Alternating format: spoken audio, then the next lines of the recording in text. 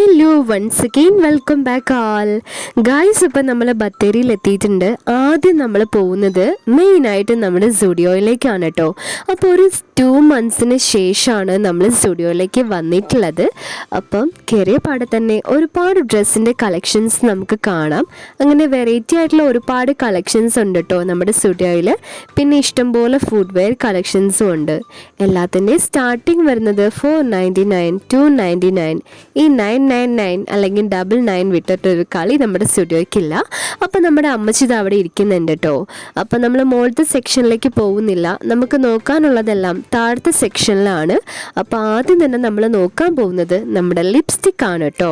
Guys, ഇപ്പം ഞാൻ എൻ്റെ കളർ ഇവിടെ എടുത്തിട്ടുണ്ട് കേട്ടോ. അപ്പം നമ്മുടെ പങ്കനും കുഞ്ഞാറ്റിക്കും അമ്മയ്ക്കും ഇനി എടുക്കാനുണ്ട്.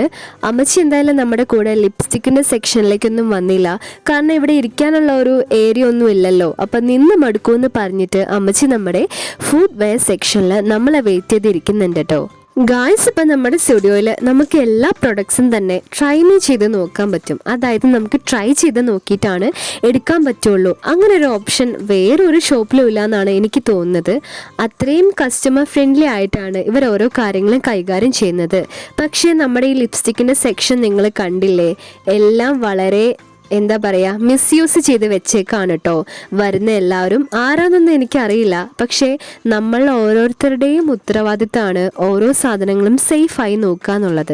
ഇത്രയും നല്ലൊരു ഓപ്പർച്യൂണിറ്റി നമുക്ക് തരുമ്പം അത് അടിപൊളിയായിട്ട് റെസ്പോൺസിബിലിറ്റിയോടെ യൂസ് ചെയ്യേണ്ട ഒരു ക്യാരക്ടർ നമുക്കുണ്ടല്ലോ. പക്ഷേ ഇവിടെ വന്നപ്പം അതിൻ്റെയൊക്കെ ഓപ്പോസിറ്റാണ് കേട്ടോ കാണാൻ പറ്റിയത്.